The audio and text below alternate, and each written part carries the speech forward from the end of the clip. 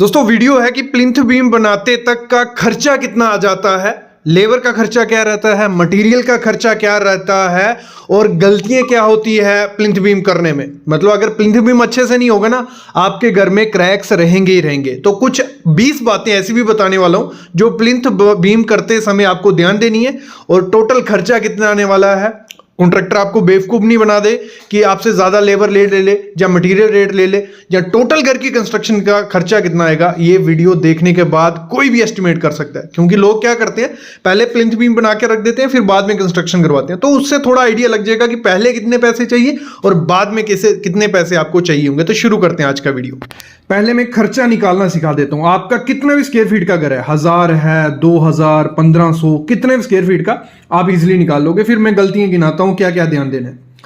1000 square feet का घर है, हमने एग्जांपल ले ली। अगर आप मटेरियल भी कॉन्ट्रैक्टर को दे देते हो कि मटेरियल भी तेरा, लेबर भी तेरी, दोनों खर्चे उसके रहेंगे, तो कितना खर्चा आ जाता है। इस समय जो रेट चल रहा है वो है 325 रुपए पर स्क्वायर फीट। आपके एरिया में 300 भी हो सकता है, 340 भी हो सकता है, मतलब 325 एवरेज रेट है। इससे 10-20 रुपए आगे पीछे होगा और ज्यादा नहीं होगा। तो 1000 स्क्वायर फीट का घर है, 3,25,000 रुपया प्लिंथ लेवल तक, जिसमें आपकी एक्सकवेशन भी होगी, आपकी फाउंडेशन भी होगी, जिसमें फाउंडेशन का स्टील, शटरिंग, लेबर, फिर प्लिंथ बीम के नीचे जो ब्रिक वर्क की जाती है वो भी आ गई, प्लिंथ बीम आ गया, फिलिंग आ गई और ग्रेट स्लैब मतलब कंक्रीट आ गया। तो ये जो सब काम होने वाला है, ये 3,25,000 रुपया खर्चा आपको आ जाएगा। कितना? 3 लाख। फिर सिर्फ अगर आप लेबर से करवाते हो कि हमें मटेरियल हम खुद ला के देंगे आपको, लेबर आपकी रहेगी, तो उसका रेट चल रहा है 75 रुपए, 75, 80, 85 ये चल रहा है। तो 1000 स्क्वायर फीट का घर है तो 75,000 रुपया लेबर का खर्चा आ जाएगा प्लिंथ बीम तक घर बनाने का। फिर हम बात करते हैं, इस समय अगर पूरा घर आपको दे देने कॉन्ट्रैक्टर को कि मटेरियल भी तेरा और लेबर भी तेरी, तो 1600 रुपया पर स्क्वायर फीट इस समय रेट चल रहा है। 1000 स्क्वायर फीट का घर होगा तो कुछ 16 लाख रुपया आपका लगने वाला है पूरा घर बनाने का, और उसमें 20% खर्चा आपका रहता है किसका? प्लिंथ बीम तक कंस्ट्रक्शन का। समझ गए? Footing, foundation, plinth beam, brickwork नीचे का, फिलिंग, एक्सकवेशन, ये सब चीजें 3,20,000 रुपया। लेकिन अच्छी क्वालिटी का, ये 15% भी हो सकता है, लेकिन उसमें एक्सकवेशन के खड्डे भी कम किए जाएंगे, फिर फिलिंग की मिट्टी भी वही डाल दी जाएगी। तो अच्छे से अगर काम करना है तो 20% लग जाता है। मतलब आपको लमसम पकड़ के चलने हैं 325 रुपये पर स्क्वायर फीट के हिसाब से आपको खर्चा पड़ जाएगा अगर आपको प्लिंथ बीम लेवल तक आपको घर बनाना है। अभी प्लिंथ बीम करवाते समय जो मिस्टेक की जाती है, जो गलतियां कॉन्ट्रैक्टर कर देता है और बाद में आपको वो भुगतनी पड़ती हैं, क्योंकि प्लिंथ जब नीचे बैठ जाता है ऊपर क्रैक आ जाते हैं। तो वो गलतियां नहीं करनी है, वो मैं समझाता हूं। 20 गलतियां हैं, 20 चीजें ध्यान रखनी है, वो देख लो। जो सबसे पहला काम है वो है प्लिंथ बीम का size he. 9 inch by 9 inch से कम का साइज आपको प्लिंथ बीम का देना ही नहीं है। मतलब उससे कम दे दिया तो कुछ बचा ही नहीं। ठीक है, ये पहली गलती, ये तो बेसिक है। तो आपको डिजाइन करवा लेना है कि आपका प्लिंथ बीम कितना कैसा रहना चाहिए। कॉलम से ज्यादा वर्क होता है प्लिंथ बीम का। आपके पूरे घर को पकड़ के रखना, आपके पूरे घर को उठा के रखना कोई बड़ा काम, छोटा काम नहीं है। तो प्लिंथ बीम डिजाइन करवा लेना है। 9 बाई 9 इंच का रखना है उसका, ठीक है। और उसमें जो कम से कम सरिया डालना है 12 mm का, उससे कम का सरिया नहीं डालना है। कुछ लोग 10 का भी डाल देते हैं, 12 mm का सरिया डालना है। मतलब नीचे में आपका 16 mm का सरिया रहना चाहिए बीम के, और ऊपर में आप 12 mm का सरिया रखो। नीचे 3 नग डाल दो 16 के, 2 नग ऊपर 12 के डाल दो। तो ये पहली शर्त होती है, ठीक है। दूसरी चीज क्या रखनी है, जब भी उसकी स्पेसिंग देनी है, जो आप सरिया बांध रहे हो ना प्लिंथ बीम के अंदर, उसकी स्पेसिंग 6 इंच से ज्यादा मत बढ़ाना। आप ये सामने बीम देख रहे हो, क्या दिख रहा है, मतलब बहुत खराब तरीके से बांधा हुआ है, बहुत स्पेसिंग ज्यादा है, सरिया भी सही से नहीं दिया है। तो आपको 6 इंच से ज्यादा स्पेसिंग उसमें नहीं रखनी है। मैं कहता हूं जहां कॉलम सपोर्ट होती है ना, वहां पे 5 इंच रखो, बीच में 6 इंच आप स्पेसिंग रखोगे स्टीरअप की, तो अच्छे से वो बीम परफॉर्म करेगा। जब लोड आएगा वो टूटेगा नहीं, ठीक है। और साथ ही साथ आपको क्या करना है, इसमें जो हुक होती है, रिंग जो स्टीरअप होती है, मैं स्टीरअप किसको बोल रहा हूँ, ये रिंग सामने आप देख रहे हो, ये रिंग की हुक बनानी है। हुक नहीं बनाते हैं, सिंपल सीधा बना देते हैं। उससे क्या होता है, उससे वो जल्दी कॉन्ट्रैक्टर का काम जल्दी हो जाता है, लेकिन जब लोड आता है तो वो बीम खुल जाता है कंक्रीट के अंदर ही जब ज्यादा लोड आएगा। तो आपको प्रॉपर से हुक देनी है, आगे पीछे हुक लगा के सेट से करना है।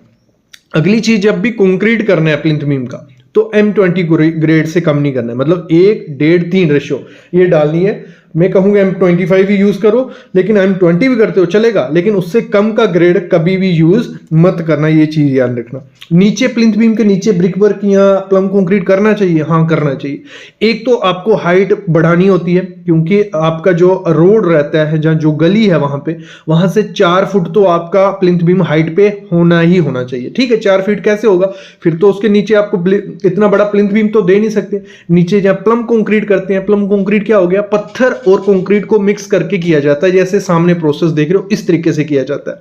मतलब 60% कंक्रीट रहता है, 40% पत्थर रहता है। ये भी तरीका ठीक है, इस तरीके से भी आप हाइट बढ़ा सकते हो। दूसरा, नीचे की जाती है ब्रिक वर्क, ईंट का काम, तो ब्रिक वर्क भी कर सकते हो। तो दोनों तरीके सही हैं, कोई उसमें कुछ काफी वीडियोस देखे होंगे कि करना चाहिए नहीं करना चाहिए, करो, उससे हाइट बढ़ेगी, लेकिन प्रॉपर तरीके से करना है। जब एक बार कर लिया, तराई बराई करनी है, ब्रिक वर्क होगी तो उसकी तराई करना, नहीं तो उसकी स्ट्रेंथ नहीं बनेगी।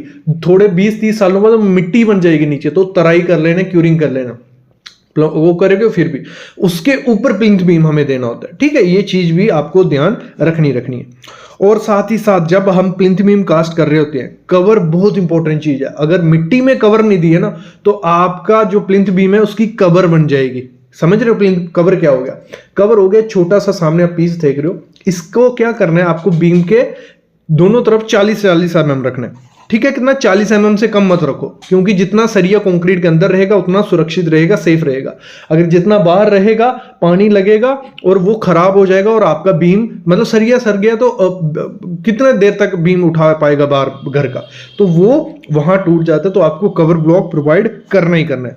और साथ ही साथ जो आपको सरिया स्टील यूज करना है प्लिंथ बीम में, पूरे घर में आप कॉलम में, बीम में, स्लैब में, मैं बोलता हूं कोई भी कंपनी का यूज कर लो, लेकिन नीचे अच्छी क्वालिटी का, टाटा, सेल, विजैक, जो भी कंपनी आपको मिलती है वहां पे उसका करो। और FE 550 ग्रेड, FE 550 ग्रेड, बाकी घर में 500 ग्रेड करो, जो भी करो, लेकिन यहाँ 550 करो, क्योंकि यहाँ स्ट्रेंथ चाहिए हमें। अगर यहाँ स्ट्रेंथ होगी तो आपके घर में क्रैक कभी नहीं आएंगे। मोस्ट इंपॉर्टेंट चीज होती है डेवलपमेंट लेंथ। जो हमारा कॉलम और बीम जहां मिलते हैं ना, प्लिंथ बीम और कॉलम, ठीक है, मिलते हैं, वहां सरिया डाला जाता है। उसको अगर L नहीं मारा है आपने, उसको बोलते हैं डेवलपमेंट लेंथ या एंकरेज लेंथ। वो L अगर नहीं मारा है तो बीम का आधा स्ट्रेंथ खत्म हो गया, आधा काम उसका खत्म हो गया। तो आपको जो L है वो प्रॉपर तरीके से मारना है कि आपका जब लोड आए तो वो बीम और कॉलम एक दूसरे को पकड़ के रखें, हिले नहीं। अध के गए, अध के एक सेफ घर कैसे बनती है, यही चीजें, बेसिक चीजें देख के कि डेवलपमेंट लेंथ प्रोवाइड कर रहे हैं, लैब अच्छे से दे रहे हैं, तो आपको डेवलपमेंट लेंथ देनी है। यहाँ नहीं दी गई, बहुत बड़ी गलती है, आपको अच्छे से वो डेवलपमेंट लेंथ देनी है। और जब भी प्लिंथ बीम की जो शटरिंग होगी ना, वो प्रॉपर तरीके से करनी है। ये नहीं कि मतलब ईंट लगा दी या ऐसे फट्टा खड़ा कर दिया, प्रॉपर से करनी है। उसमें से स्लरी बाहर नहीं निकलनी चाहिए। मतलब स्लरी क्या हो गया, पानी, जो जब कंक्रीट बनाते हो, मिक्स बनाते हो, उसमें थोड़ा बहुत वाटर रहता है, वो पानी अगर निकल गया उसके साथ साथ सीमेंट निकल रहा होता है, और जब वो निकल जाए तो आपके प्लिंथ बीम में मतलब हनीकॉम आएगा, मतलब खड्डे खड्डे खड्डे बन जाएंगे, उसमें पानी अंदर घुसता है, और जब प्लिंथ बीम के अंदर पानी घुस गया तो वो खराब हो सकता है। तो आपको अच्छे से शटरिंग करनी है, थोड़ा भी इधर उधर से निकलना नहीं चाहिए, और प्रॉपर वाइब्रेटर करना है। वाइब्रेटर करोगे तो आपका कॉम्पैक्ट अच्छे से होगा और अच्छे से स्ट्रेंथ पकड़ेगा आपका प्लिंथ बीम, नहीं तो बाद में दिक्कत रहेगी ही रहेगी। ये चीज भी आपको ध्यान देना है। और साथ ही साथ जब प्लिंथ बीम करना है, उसकी प्लिंथ प्रोटेक्शन भी करनी है। ये कॉन्सेप्ट लोगों को नहीं पता है। प्लिंथ प्रोटेक्शन होगी, प्लिंथ के चारों तरफ 3-3 फीट बाहर की तरफ कंक्रीट करना है कि वहां से पानी अंदर नहीं घुस सके। अगर वहां से पानी घुसेगा तो आपका प्लिंथ बीम बैठने के चांसेस होते हैं। तो प्लिंथ प्रोटेक्शन देनी ही देनी है, ये चीज भी आपको ध्यान रखनी है। और प्लिंथ बीम के ऊपर डीपीसी करनी है। डीपीसी अलग चीज है, प्लिंथ बीम अलग है। लोगों को कंफ्यूजन है। डीपीसी क्या है, एक वाटरप्रूफिंग की मेम्ब्रेन डालते हैं कि हमारी ईंट प्लिंथ बीम से पानी नहीं ले। प्लिंथ बीम हमारा मिट्टी में रहता है, मोस्टली मिट्टी में रहेगा वो, तो हमें वहां से डीपीसी करनी है, वाटरप्रूफिंग करनी है।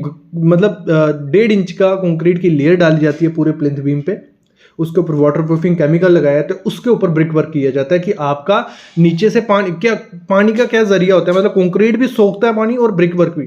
अगर नीचे से सोख के ऊपर वाली ब्रिक को देगी, आपके पूरे घर में पपड़ी बनी रहेगी। तो पपड़ी से बचना है तो डीपीसी करनी। ये थोड़ी चीजें थी, इनको अगर फॉलो करोगे तो आपका प्लिंथ बीम अच्छे से बनेगा। आपको खर्चा पता चल गया। ऐसी वीडियोस लाते रहेंगे, सिविल इंजीनियर के लिए भी इंपॉर्टेंट है और किसी घर बनाने वाले के लिए भी। तो उसके लिए चैनल को सब्सक्राइब कर लो, सामने बटन है, बेल आइकन दबा लो। डेली वीडियोस आती हैं जो आपको फ्री में मिलती हैं, नॉलेज फ्री में मिलता है।